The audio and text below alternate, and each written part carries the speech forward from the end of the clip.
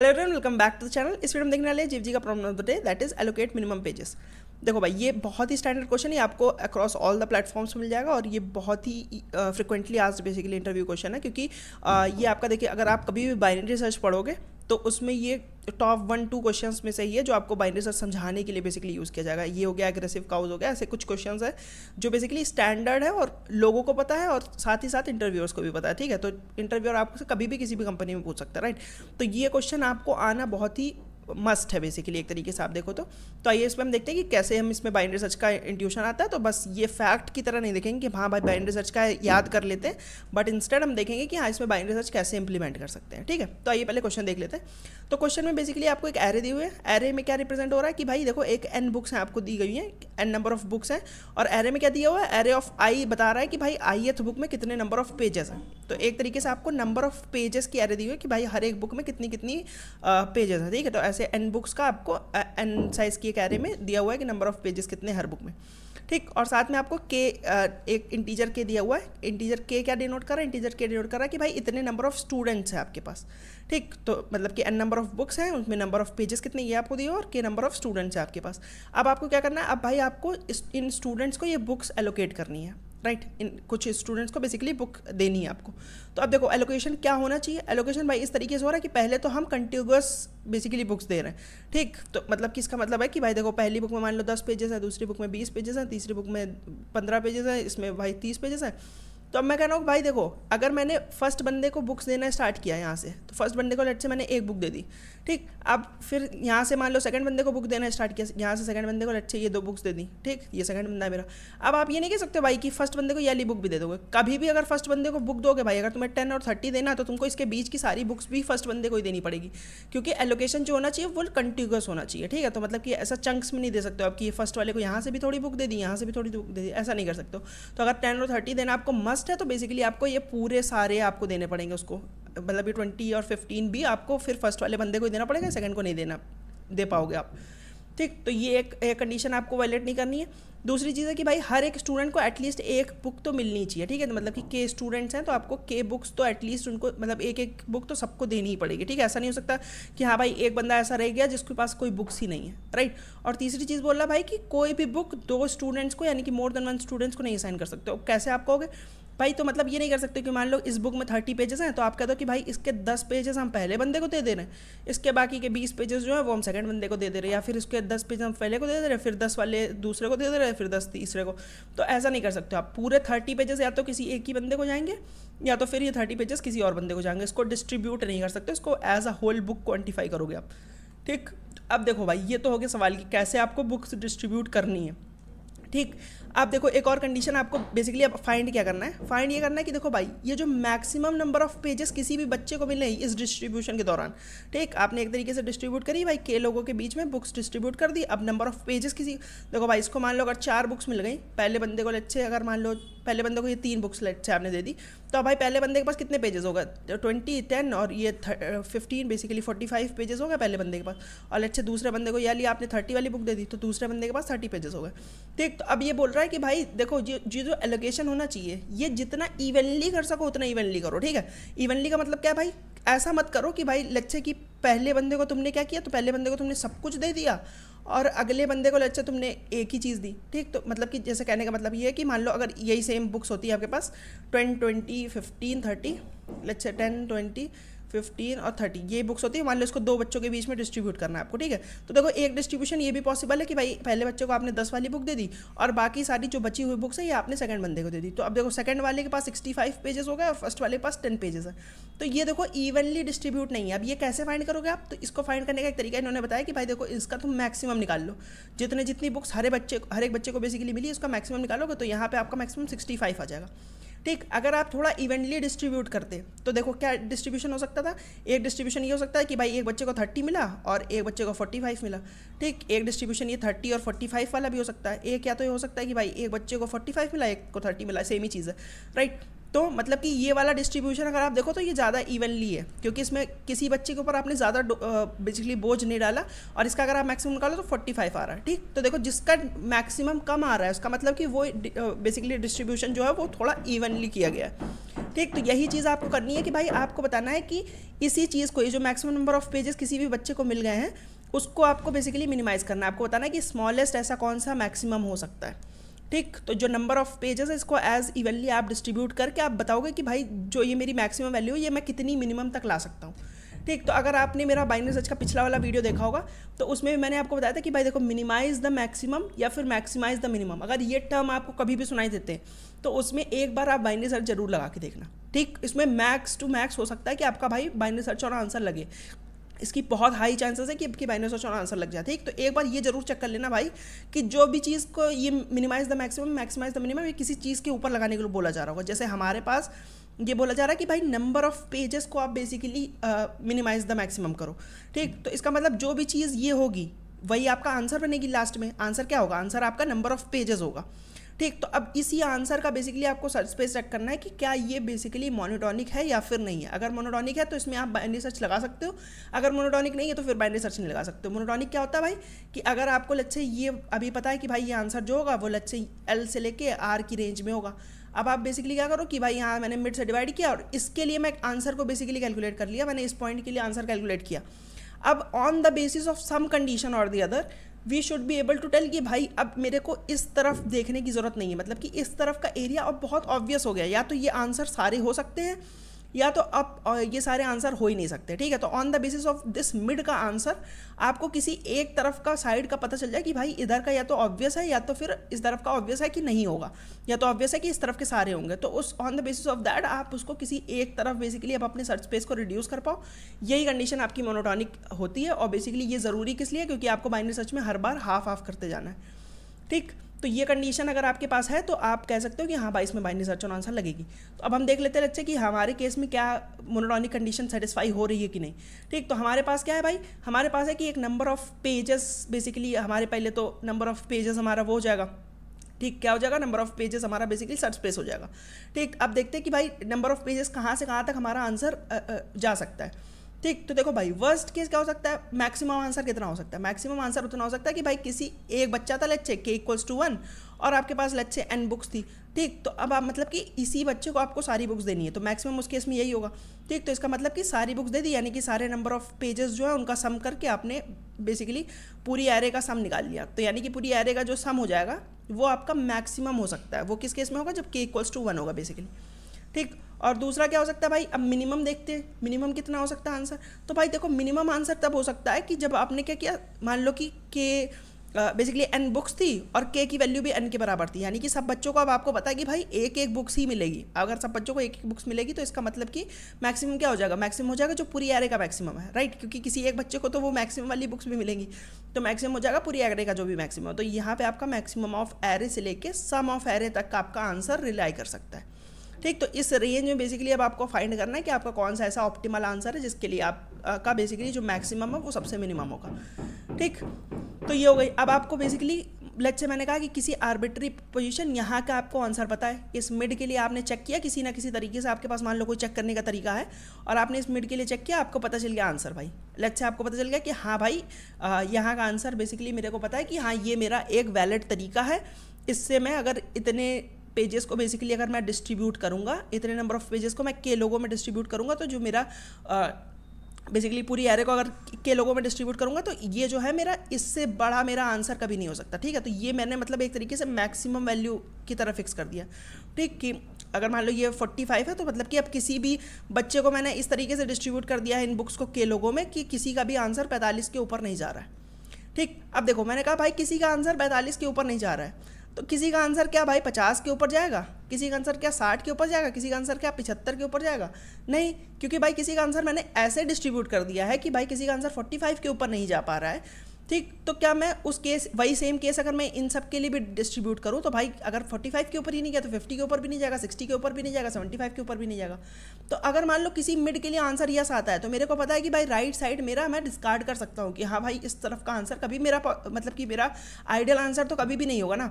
मैं हमेशा फिर अपना सर्च स्पेस को इस तरफ रिड्यूस कर दूंगा कि भाई अब मैं चेक करूँगा कि क्या मैं कोई एक और छोटी वैल्यू को मैक्सिमम बना सकता हूँ कि नहीं। ठीक, तो इसलिए मतलब मैंने अपना सर्च स्पेस को रिड्यूस कर दिया, कहाँ से? बेसिकली लो जो भी था वहाँ से लेके मिड -1 तक अपना सर्च स्पेस रिड्यूस कर दिया। अब दूसरा केस क्या हो सकता है भाई, दूसरा केस कि मान लो अगर मिड के लिए मेरा आंसर 9 आ जाता है, अगर मिड के लिए मेरा आंसर 9 आ जाता है तो अब क्या कर सकता हूँ मैं भाई, अगर मिड के लिए मेरा आंसर 9 आ जाता है तो इसका मतलब मैं 45 डिस्ट्रीब्यूट करने गया था के लोगों में और भाई मेरा आंसर 9 आ गया कि 45 किसी भी तरीके से ऐसा भी डिस्ट्रीब्यूशन तुम कर ही नहीं सकते हो कि किसी बेसिकली हर एक का जो मैक्सिमम वैल्यू होगी वो 45 या 45 से कम आए। ठीक, तो अगर यही कभी नहीं हो सकता तो क्या कभी ये होगा कि भाई किसी की मैक्सिमम वैल्यू जो 30 से कम आए, किसी की मैक्सिमम वैल्यू जो 25 से कम आए, किसी की मैक्सिमम वैल्यू बेसिकली 40 से कम आए? नहीं। क्यों? क्योंकि भाई जब आपने ये चंक्स में डिवाइड किया इनको और आपने फिर अब इसका मिनिमम बेसिकली एक तरीके से निकाला तो आपको पता चला कि भाई इसका मिनिमम जो है वो 45 से बड़ी वैल्यू आ रही है। अगर इसी तरीके से आपने अपने बेस्ट तरीका लगा दिया डिस्ट्रीब्यूट करने का और उसके बाद भी आपको पता चल रहा है कि भाई अगर मैं डिस्ट्रीब्यूट कर रहा हूँ के लोगों में तो भाई मेरा जो मैक्स आ रहा है वो बेसिकली 45 से तो बड़ा ही आ रहा है, तो इसका मतलब वो 30 से भी बड़ा होगा, वो 40 से भी बड़ा होगा, 25 से बड़ा होगा। तो इस केस में मैं बोल सकता हूँ भाई क्योंकि मेरा 45 के लिए ही नो आ रहा है तो मतलब कि मेरा लेफ्ट साइड में किसी के लिए भी यस नहीं आ सकता, तो इसका मतलब मेरे को आंसर राइट साइड में पता करना पड़ेगा। ठीक, तो यहाँ से आपको पता चल गया कि हाँ भाई मेरा जो सर्च स्पेस है वो मोनोटॉनिक है। यस और नो दोनों के केस में मैं अपने सर्च स्पेस को बेसिकली हाफ पार्ट में डिवाइड कर पा रहा हूँ, या तो लेफ्ट हाफ में या तो राइट हाफ में। तो इसके बेसिस पे आप मतलब बाइनरी सर्च और आंसर तो लगा सकते हो। अब देखो हमने इसमें बहुत सारी चीज़ें डिस्कस कर ली कि भाई मेरा एल क्या होगा, यानी कि लो वैल्यू क्या होगी, मेरा सर्च स्पेस कहाँ से कहाँ तक रिलाई करेगा। एल और आर के बीच में मैं दिखाता हूँ अपना सर्च स्पेस। ठीक, तो बेसिकली मेरा लो क्या होगा, लो होगा जो पूरी एरे का मैक्सिमम है, पूरी एरे का जो भी मैक्सिमम होगा वो मेरा लो होगा और पूरी एरे का जो सम होगा वो मेरा क्या होगा, वो मेरा बेसिकली मैक्सिमम हो सकता है। इन दोनों के एल और आर के बीच में मेरी सर्च स्पेस रिलाई करेगी। राइट, अब मेरे को पता करना है कि भाई मेरा आंसर क्या हो सकता है। तो स्टार्टिंग में लेट्स से मैंने -1 से इनिशियलाइज कर लिया और अब मैं ट्राई करूंगा भाई कि अब लेट्स से बाइनरी सर्च लगाते हैं क्योंकि मेरा सर्च स्पेस मोनोटॉनिक है, तो बाइनरी सर्च लगाऊंगा और देखते हैं कि भाई मेरा आंसर क्या हो सकता है। तो देखो भाई हर बार आते ही सबसे पहले तो आप क्या करोगे, सबसे पहले अपना एक मिड कैलकुलेट करोगे। मिड कैसे निकालते हैं, L+R/2 करके। ठीक, मिड निकाल लिया आपने। अब आपको यहाँ पे एक कोई मैजिकल फंक्शन कॉल करना पड़ेगा जो आपको बेसिकली बता पाए कि अपना बेस्ट तरीके से बेसिकली डिवाइड करो सच दैट कि मेरा कभी भी मैक्स जो होना चाहिए, किसी भी डिस्ट्रीब्यूशन का मैक्स जो होना चाहिए वो मिड को क्रॉस ना करे, मिड या मिड से कम ही होना चाहिए उसका मैक्स। ठीक, मिड या मिड से कमी होना चाहिए और अपना जो चीज़ें मेरे को चाहिए, लेट्स से एरे चाहिए, के चाहिए, ये सब चीज़ें अपनी पास कर दी मैंने। अब अगर मैंने मान लो कि ये मैजिकल फंक्शन को कॉल किया और ये मेरा यस और नो रिटर्न कर रहा है, बेसिकली ट्रू और फॉल्स रिटर्न कर रहा है। तो अगर इसने मान लो ट्रू रिटर्न किया कि हाँ भाई किसी 45 के लिए मेरा आंसर ट्रू आ रहा है, तो इसका मतलब राइट साइड वाले सबके लिए ट्रू आएगा। ठीक है, और मेरे को क्योंकि बेस्ट ऑप्टिमल आंसर चाहिए मिनिमम, तो यानी कि मेरे को लेफ्ट साइड में सर्च करना पड़ेगा। ठीक, तो इस केस में क्या हो जाएगा मेरा, एक तो मैं कह सकता हूँ कि भाई मेरा एक आंसर मिड भी बन गया है और दूसरी चीज़ क्या है कि अब मेरे को इसके लेफ्ट साइड में पता करना है, यानी कि लेफ्ट साइड में पता करने के लिए अपने आर जो होता है उसको उठा के मिड -1 पे रखोगे। ठीक, तो आर को उठा के आपने क्या किया, मिड -1 पे रख दिया और उसके बाद आपको पता चल गया कि हाँ भाई अब अगला जो मेरा बेसिकली बाइनरी सर्च कॉल होगी वो मेरी एल से आर के लिए होगी, जो मेरा आर एक नई बाउंड बनना गया है। ठीक, अगर मान लो ऐसा नहीं होता है, अगर मान लो फॉल्स आ जाता है कि भाई मैंने 45 के लिए ट्राई किया और 45 के लिए मेरा ऐसा कोई भी डिस्ट्रीब्यूशन नहीं हो पाया जिसमें मेरा मैक्स जो हो वो 45 या 45 से कम हो, तो इसका मतलब मेरे को पता है कि भाई लेफ्ट साइड तो डिस्कार्ड हो गई लेफ्ट साइड में और इससे कोई बाकी छोटी वैल्यूज़ ही हैं, और अगर छोटी वैल्यूज़ हैं तो इसका मतलब कि उसके लिए तो मेरा आंसर हमेशा नो ही आएगा क्योंकि 45 के लिए नो आ रहा है। ठीक, तो इसका मतलब इस केस में मेरे को राइट साइड की तरफ देखना पड़ेगा। राइट साइड के लिए मेरे को अपना एल उठा के मिड +1 पे रखना पड़ेगा। ठीक, और इस केस में मेरा आंसर भी अपडेट नहीं होगा क्योंकि मेरा नो आया है। ठीक, तो इस केस में एल अपना उठा के यहाँ पे रख दिया और एट द एंड जब ये वाइल लूप खत्म हो जाएगा तो अपना आंसर मेरा जो होगा वो मेरा आंसर फाइनल आंसर स्टोर कर रहा होगा तो उसको रिटर्न कर दोगे। ठीक, तो देखो बाइनरी सर्च हमेशा भाई ये सेम ही रहेगी, बस आपको क्या क्या चीज़ें चेक करनी है। कभी भी बाइनरी सर्च और आंसर का क्वेश्चन हो तो उसमें आपको ये एल पे ध्यान देना है कि भाई मेरा सर्च स्पेस जो है वो कहाँ से स्टार्ट हो रहा है, और एक आर पे ध्यान देना कि भाई मेरा सर्च स्पेस कहाँ तक खत्म हो रहा है, यानी कि कहाँ से कहाँ तक बेसिकली मेरा आंसर फैला हो सकता है, यहाँ से यहाँ तक मेरे ऑल पॉसिबल आंसर इसमें दिए हुए हैं। ठीक, दूसरी चीज़ क्या ध्यान देनी कि मोनोटॉनिक है कि नहीं, अपना ये सर्च स्पेस जो आपने बनाया ये मोनोटॉनिक है कि नहीं। मतलब कि अगर एक लाइन खींचूँ इसका आंसर मेरे को पता है, लेट्स से मैजिकली मेरे को इसका आंसर पता है, तो अब क्या मैं इसको इसके आंसर के बेसिस पे, इसका आंसर ट्रू फॉल्स भी हो सकता है, कोई इंटीजर वैल्यूज़ भी हो सकती है, उसके बेसिस पे क्या मैं किसी एक साइड की वैल्यूज़ को डिस्कार्ड कर सकता हूँ कि नहीं। यानी कि अब मेरे को पता है कि हाँ फॉर श्योर इसकी वैल्यू इस तरफ मेरे को आंसर मिल जाएगा। ठीक, तो ये दोनों चीज़ें होनी चाहिए और साथ में बेसिकली आपको ये वाला मैजिकल फंक्शन लिखना आपको एट द एंड पड़ेगा। बट अगर ये दोनों चीज़ें आपको पता है तो इसके बेसिस पे आप अपना ये बाइनरी सर्च वाला तो लिख सकते हो। ठीक है, अब अगर ये वाला मैजिकल फंक्शन आपने लिख दिया तो आपका काम खत्म हो जाएगा और ये आपका basically question to question vary करेगा कि हाँ भाई ये मैजिकल फंक्शन आप कैसे लिख सकते हो। ठीक है, तो लेट्स से हमारे केस में कैसे लिख सकते हैं हम इसको, तो हमारा केस में भाई देखते हैं कि हम कैसे लिख सकते हैं इसको। लेट्स से 30 और ये मान लो यहाँ पे भी कोई 12 वैल्यू, ठीक। और के की वैल्यू मान लो अब आपकी है 3, और लेट्स से के की वैल्यू आपकी 3 थी, और लेट्स से मिड की वैल्यू कोई भी आप लेके आ रहे हो, ठीक है। मान लो मैंने कहा कि भाई मैं मिड की वैल्यू ला रहा हूँ 30, लेट्स से मैं मिड की वैल्यू लेके आ रहा हूँ भाई 30, ठीक। अब मेरे को पता करना है कि भाई 30 क्या मेरा मैक्सिमम, किसी भी तरीके से मैं क्या डिस्ट्रीब्यूट करूँ कि मेरा 30 से ज़्यादा कोई भी वैल्यू बेसिकली ना जाए, ठीक। तो मैं कहता हूँ कि मैं इसको कैसे करूँगा भाई, कि मैं क्या करूँगा, मैं स्टार्टिंग में मैं कहूँगा कि भाई फर्स्ट बंदे को मैं बुक्स एलोकेट कर रहा हूँ, ठीक। क्योंकि कौन सी बुक्स किस बंदे को जा रही है इससे फ़र्क नहीं पड़ता कि यहाँ पे पहले बंदे को दे रहा हो कि दूसरे बंदे को दे रहा हो, सारे स्टूडेंट्स बेसिकली एक तरीके से सेम इक्विवेलेंट कंसीडर किए जा रहे हैं, ठीक। तो मैं कहूँगा कि भाई मैं फर्स्ट बुक से स्टार्ट करके कुछ बुक्स यहाँ से कुछ नंबर ऑफ बुक्स दूंगा अपने फर्स्ट बंदे को, ठीक। अब लेकिन कितने नंबर ऑफ बुक्स दूंगा ये कैसे पता करेगा भाई, ये ऐसे पता चलेगा कि कभी भी नंबर ऑफ पेजेस जो है वो इस 30 को एक्सीड नहीं होना चाहिए।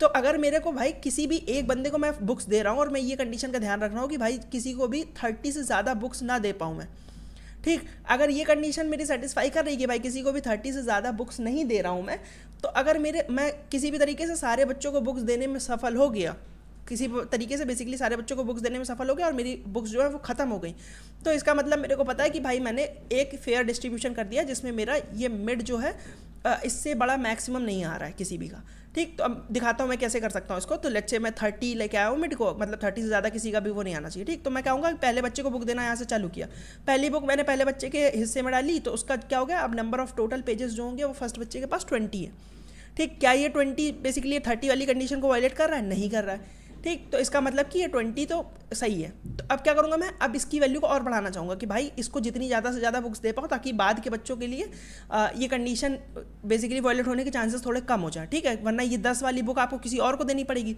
और फिर इसमें आपको इतने नंबर ऑफ बुक्स में आपको K-1 लोगों को डिस्ट्रीब्यूट करना है, राइट। तो आप किसी तरीके से ये करना चाहोगे कि भाई इसको और बुक्स दे पाओ जब तक इसकी कंडीशन वायलेट ना हो पाए, ठीक। तो आप क्या कहोगे कि भाई इस 10 को भी इसके हिस्से में डाल दो, इस 10 को भी अगर आपने इसके हिस्से में डाला तो आपके पास अब 30 हो गया। तो इसने कहा भाई मेरे पास 30 होगा टोटल नंबर ऑफ पेजेस, और क्या अभी भी मेरी बेसिकली मैं इस वाली कंडीशन को वायलेट कर रहा हूँ, तो बेसिकली 30 शुड बी क्या, 30 should be lesser than equals to ये वाला मिड की वैल्यू, ठीक। तो अभी भी इक्वल्स तो है ना, मतलब कि अभी भी वायलेट नहीं कर रहा। तो इसने कहा कि भाई एक बुक और दे के देखते हैं इसको, क्योंकि हमें नहीं पता ना कि इक्वल वाली कंडीशन वायलेट हो रही है कि लेसर देन वाली के चक्कर में ये ट्रू आ रहा है, राइट। तो मैं कहूँगा कि एक बुक और दे के देखो। अब भाई मैं 15 जब इसको देने जाऊँगा तो इसका सम मेरे को पता चला कि इसका सम तो 45 हो गया। That is basically not basically successfully validating this condition कि भाई 45 जो है वो अब मेरा छोटा नहीं रह गया, छोटा बराबर नहीं रह गया 30 के। तो इसका मतलब कि ये 15 वाली बुक अगर इसको दे दोगे तो मेरी कंडीशन सेटिस्फाई होना बंद हो जाएगी। तो इसलिए मैं कहूँगा कि भाई मैं 15 वाली बुक इसको नहीं दे रहा हूँ और यहीं पे इसका डिस्ट्रीब्यूशन खत्म हो गया। तो यहाँ पे मैं कह सकता हूँ कि भाई एक बच्चे का डिस्ट्रीब्यूशन खत्म हो गया इस वाले आई तक, राइट। अब जैसे ही एक बच्चे का डिस्ट्रीब्यूशन खत्म हुआ वैसे ही क्या कहा, वैसे ही मैंने कहा कि भाई अब दूसरे बच्चे का डिस्ट्रीब्यूशन चालू हो जाएगा यहाँ से।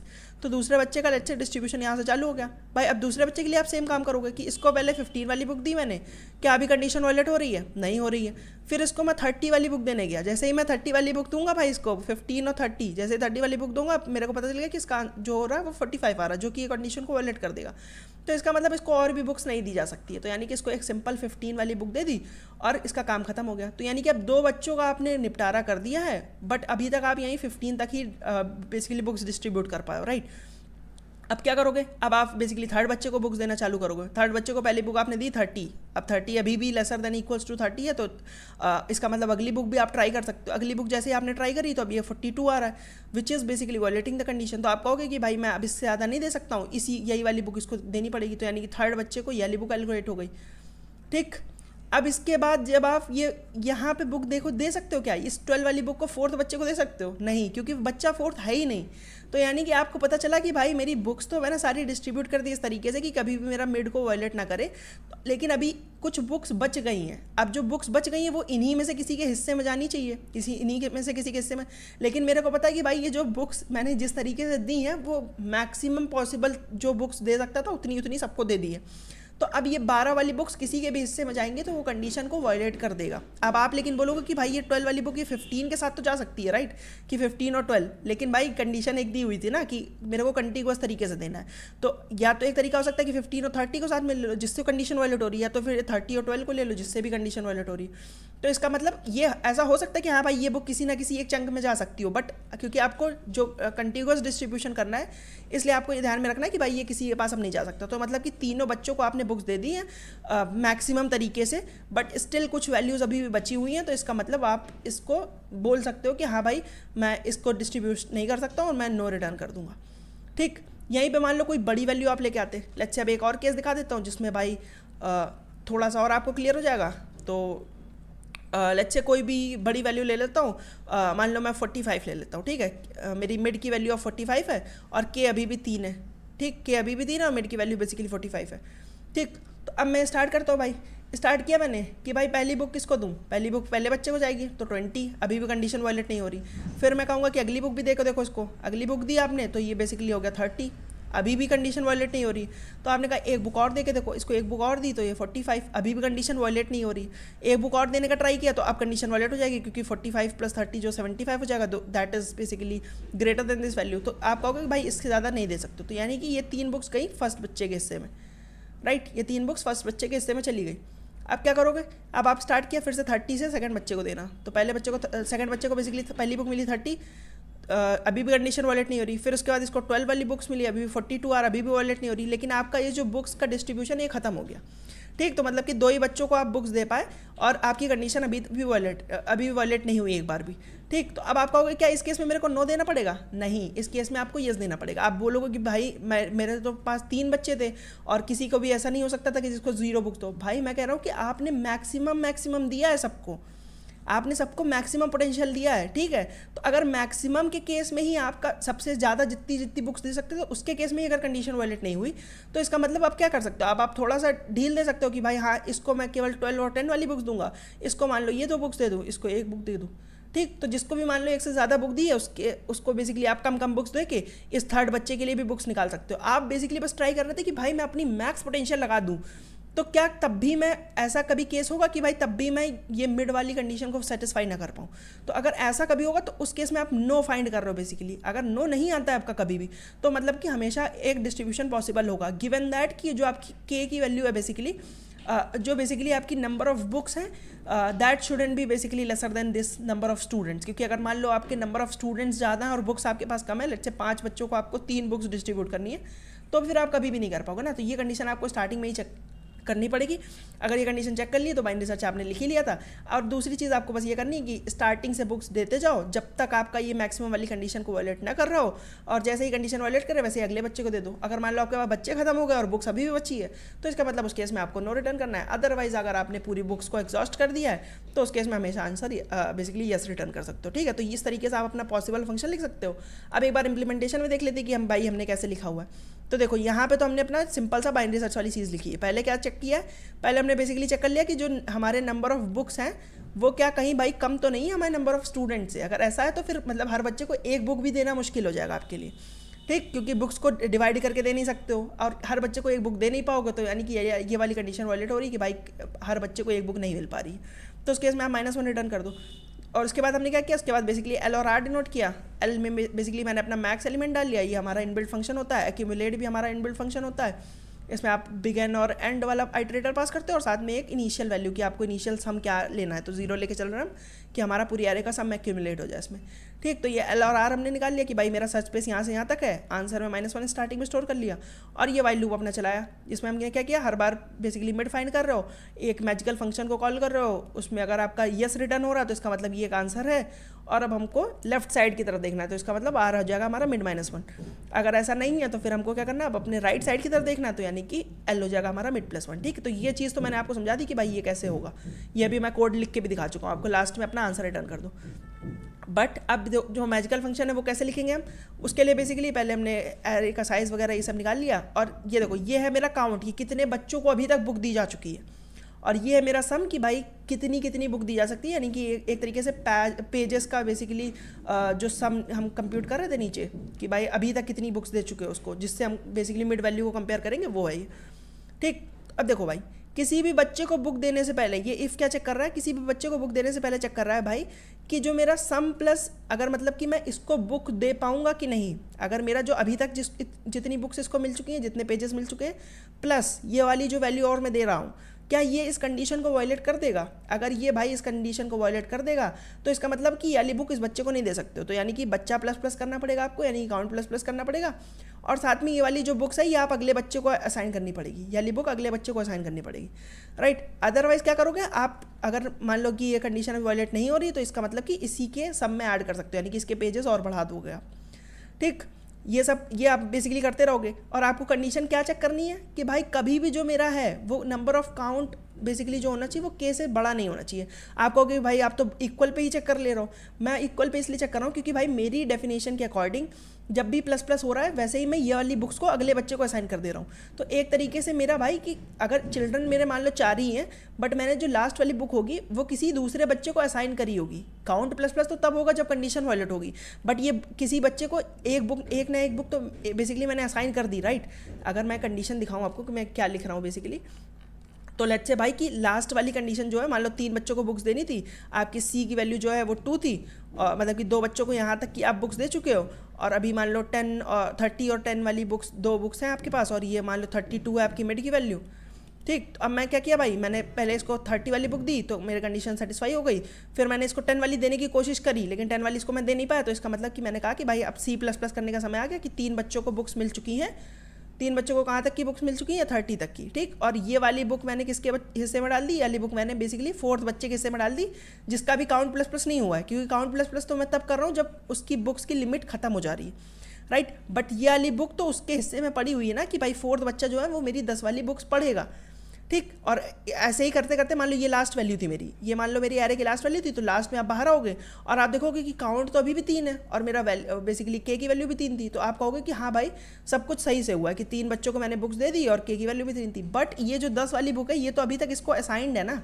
ये इसको असाइंड है, बस ये काउंट में ऐड नहीं हुआ है, ठीक। तो या तो आप ये कर सकते हो कि एरे के बाहर आके एक काउंट प्लस प्लस कर लो, क्योंकि आपको पता है कि भाई ये वाली बुक तो किसी ना किसी को असाइंड है लास्ट वाली, राइट। जहाँ पे इसकी कंडीशन वायलेट हुई थी वैसे ही किसी बच्चे को असाइन कर दी थी मैंने वाली बुक, तो इसलिए मैंने ये सेम चीज़ पे लगा लिया कि भाई instead of C greater than के मैंने इक्वल पे ही लगा लिया कि भाई इक्वल होने के बाद भी अगर तुम यहाँ पे नीचे आ पा रहे हो तो इसका मतलब कि लास्ट वाले बच्चे को बेसिकली एक बुक असाइंड है और जो कि मेरा के की कंडीशन को वायलेट कर रहा है, राइट। तो इस केस में मैं फॉल्स रिटर्न कर दूंगा।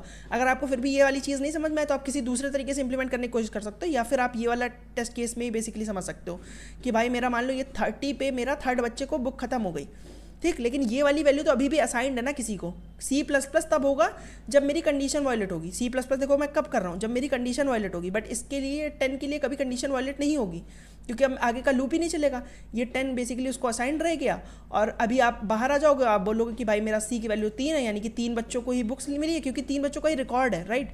ये वाली बुक का अभी तक कोई रिकॉर्ड नहीं बना है और के की वैल्यू भी 3 है, तो अगर आप इक्वल चेक करोगे बाद में कि हाँ भाई क्या C मेरा बेसिकली लेसर देन और इक्वल टू के है, तो आपको हमेशा ट्रू रिटर्न होगा। बट उस केस में आपको ये 10 वाले को मिस आउट कर रहे हो, राइट। तो आप ऐसा समझने की कोशिश कर सकते हो, अदरवाइज आप इसको किसी दूसरे तरीके से भी इंप्लीमेंट कर सकते हो। मैंने इस तरीके से किया है, but you can feel free to implement in your way जिसमें आपको ज़्यादा इंट्यूटिव लग रहा हो, बट इसको मैंने समझा दिया कि हाँ भाई ये कैसे कर सकते हो, ठीक है। अब कॉम्प्लेक्सिटी की अगर हम बात करें तो भाई देखो कॉम्प्लेक्सिटी क्या होगी, ये बाइनरी सर्च कितने में चल रही है भाई, जो मेरा L और R है मैक्सिमम रेंज। अब देखो भाई मेरा मिनिमम कितना हो सकता है, मेरा मिनिमम 0 हो सकता है, मेरा मैक्सिमम कितना हो सकता है, मैक्सिमम मेरा बेसिकली अगर हम यहाँ पे देखें तो मैक्सिमम कितना हो सकता है भाई, मैक्सिमम हो सकता है कि भाई देखो हर एक एरे ऑफ i की वैल्यू हो गई है 10⁻³ तक और एरे का साइज 10⁻6 हो सकता है बेसिकली, और कोई और आपको वो भी नहीं दी हुई है कंडीशन, तो इसका मतलब कि आपका बेसिकली 10⁻9 तक जा सकता है सम आपका। तो अब log 10⁻9 बेसिकली आप निकालो क्योंकि आप बाइनरी सर्च लगा रहे हो इस वाले सर्च स्पेस में, तो मैक्सिमम वैल्यू मान लो आपकी 0 तो नहीं हो सकती, मैक्सिमम वैल्यू लेट्स से 1 हो गई, तो 1 से लेके 10⁻9 के बीच में आपको बेसिकली आपका सर्च स्पेस है, ठीक। तो ये लॉग वाला फैक्टर यहाँ पे आ जाएगा आपका। और आप ये मैजिकल फंक्शन जो है ये कहाँ तक चल रहा है आपका, ये बेसिकली आप पूरी एरे के लेंथ तक चला रहे हो, तो एक तरीके से आप बेसिकली n log ऑफ यहाँ पे सम ऑफ जो भी आपकी एरे है, ठीक, इतने में आप अपना काम कर ले रहे हो, ठीक है। तो n log n मत बोला करो हर बार, इस वैल्यू को आप क्वांटिफाई करने की कोशिश करो कि बेसिकली ये सर्च स्पेस आपका कहाँ तक जा रहा है और उसमें क्या बेसिकली पोटेंशियल मैक्सिमम वैल्यूज़ हो सकती हैं, ठीक है। तो उम्मीद करता हूँ भाई आपको ये समझ में आएगा, अगर नहीं समझ में आया तो आप कोशिश करो, एफर्ट डालो भाई, ये समझना आपके लिए बहुत ज़रूरी है क्योंकि अगर यही आप नहीं समझ पाओगे तो बाइनरी सर्च के और हार्ड क्वेश्चन नहीं कर पाओगे, और ये काफ़ी स्टैंडर्ड क्वेश्चन है तो आपका इंटरव्यू में पूछे जाने के चांसेस भी बहुत ज़्यादा है, ठीक है, अगर आपको बेसिकली कोई भी डाउट है, क्लैरिफाइंग क्वेश्चंस पूछने हैं आपको मेरे से, तो आप मेरे से कमेंट सेक्शन में पूछ सकते हैं। I would love to answer that. अगर आपको वीडियो पसंद आया तो उसको लाइक कर देना, चैनल को सब्सक्राइब कर देना। मैं मिलता हूँ आपसे किसी और वीडियो में, तब तक के लिए बाय बाय।